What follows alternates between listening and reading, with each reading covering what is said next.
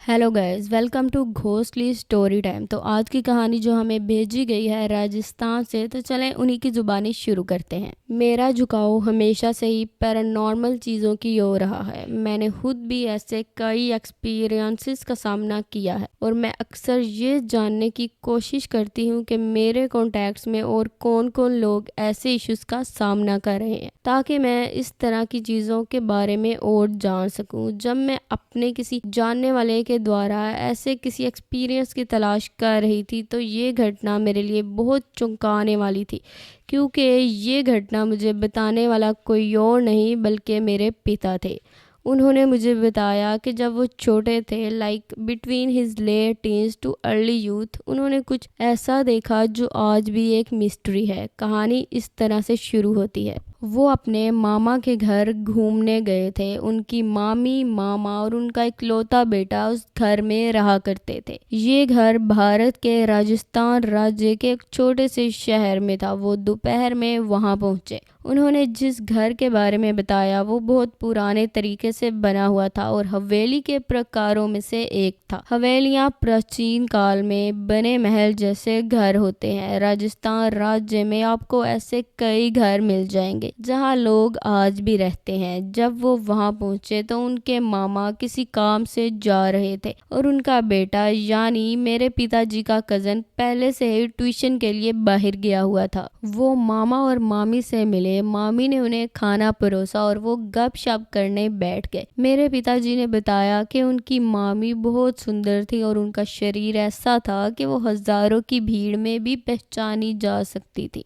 वो बहुत ही soft spoken थी और उनके चेहरे पर हमेशा मुस्कान रहती थी। अब कहानी को और बेहतर ढंग से समझाने के लिए मैं आपको घर के बारे में मुख्तसर वजाहत देती हूँ। घर में 4 कमरे थे और इन 4 कमरों के बीच में एक खुला हॉल था जिसमें छत नहीं थी। कई पुराने घरों में इस तरह की जगह होती है। उस खास जगह पर छत नहीं होते, उस पर सिर्फ नेचुरल आसमान ही छाया रहता है। ज्यादातर घर के लोग उस जगह पर बैठकर बातें करते हैं, खाना खाते हैं या फिर सोते हैं। अब उस जगह से सीढ़ियां जुड़ी हुई थी। सीढ़ी दोनों तरफ से ढकी हुई थी, इसलिए आमतौर पर दिन में भी अंधेरा रहता था। अगर सूरज की रोशनी उस पर पड़ती, यानी दिन का सबसे व्यस्त समय, तो कोई भी इसके आर पार देख सकता था। रात में आमतौर पर अंधेरा रहता था और चांद की हल्की रोशनी से विजिबिलिटी थोड़ी बढ़ जाती थी। आगे बढ़ते हैं। शाम हो गई थी और मेरे पिताजी की मामी रात के खाने की तैयारी कर रही थी। मेरे पिताजी बाहर उस खुले हॉल में बैठे थे। वो बाथरूम गए और वापस आकर अपनी मामी को बुलाया। उन्होंने रसोई और दूसरे कमरों में देखा, लेकिन वो वहां नहीं थी। तभी उन्हें सीढ़ी से कुछ आवाज आती हुई सुनाई दी। उन्हें लगा कि शायद वो वहां होंगी, इसलिए वो उस दिशा में चले गए। उन्होंने सीढ़ी के बीच में अंधेरे में एक फिगर खड़ी देखी। उस फिगर ने साड़ी पहनी हुई थी, लेकिन मजीद डिटेल्स देखने के लिए बहुत अंधेरा था। वो उस फिगर के पास जाने ही वाले थे कि उनकी पीठ पर थपकी पड़ी। चौंक कर उन्होंने पीछे देखा तो पाया कि उनकी मामी पीछे खड़ी थी। वो चौंक गए और फिर से सीढ़ी की ओर देखा, लेकिन वहां कुछ नहीं मिला। वो फिगर गायब थी। पूछने पर मेरी मामी ने बताया कि वो घर के बाहर सड़क के किनारे से कुछ खरीदने गई थी। मेरे पिता ने बताया कि उन्होंने सीढ़ियों पर किसी को खड़ा देखा था, जिसे उन्होंने मामी ही समझा।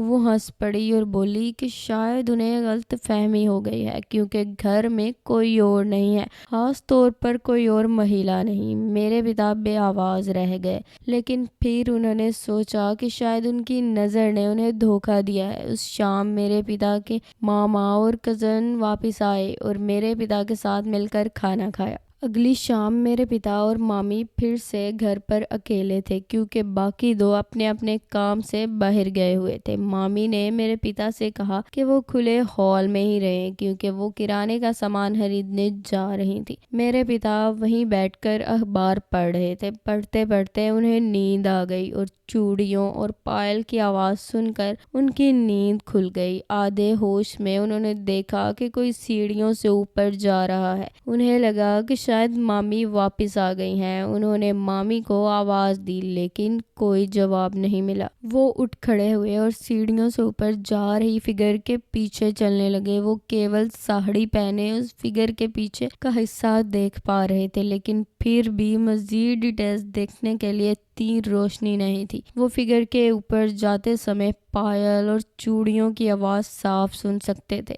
वो सीढ़ियाँ चढ़ गए और ऊपर चढ़ने लगे और तभी उन्होंने अपनी मामी को पीछे से उनका नाम पुकारते हुए सुना। वो मुड़े और पीले पड़ गए। उनकी मामी उनके पीछे खड़ी थी और एज एक्सपेक्टेड जब उन्होंने अपने सामने देखा तो वो फिगर गायब थी। वो डर गए और तुरंत मामी से पूछा कि उस घर में क्या गड़बड़ है, जिस पर उसने कुछ नहीं कहा। मेरे पिताजी ने उसे पूरी कहानी बताई और उसने फिर से वही जवाब दिया कि शायद वो पूरी तरह से जागा हुआ नहीं था और उसने कुछ कल्पना या भ्रम किया होगा। उसने आगे कहा कि वो इतने सालों से उस घर में रह रहे हैं और उन्हें कुछ भी गैर मामूली नहीं मिला है। मेरे पिताजी ग्रांटेड नहीं हुए। बाद में उस रात अपने मामा और कज़न से भी इस बारे में पूछा, लेकिन उन्हें मामी जैसा ही जवाब मिला। अब उन्हें उस घर में अकेले रहने में डर लगता था।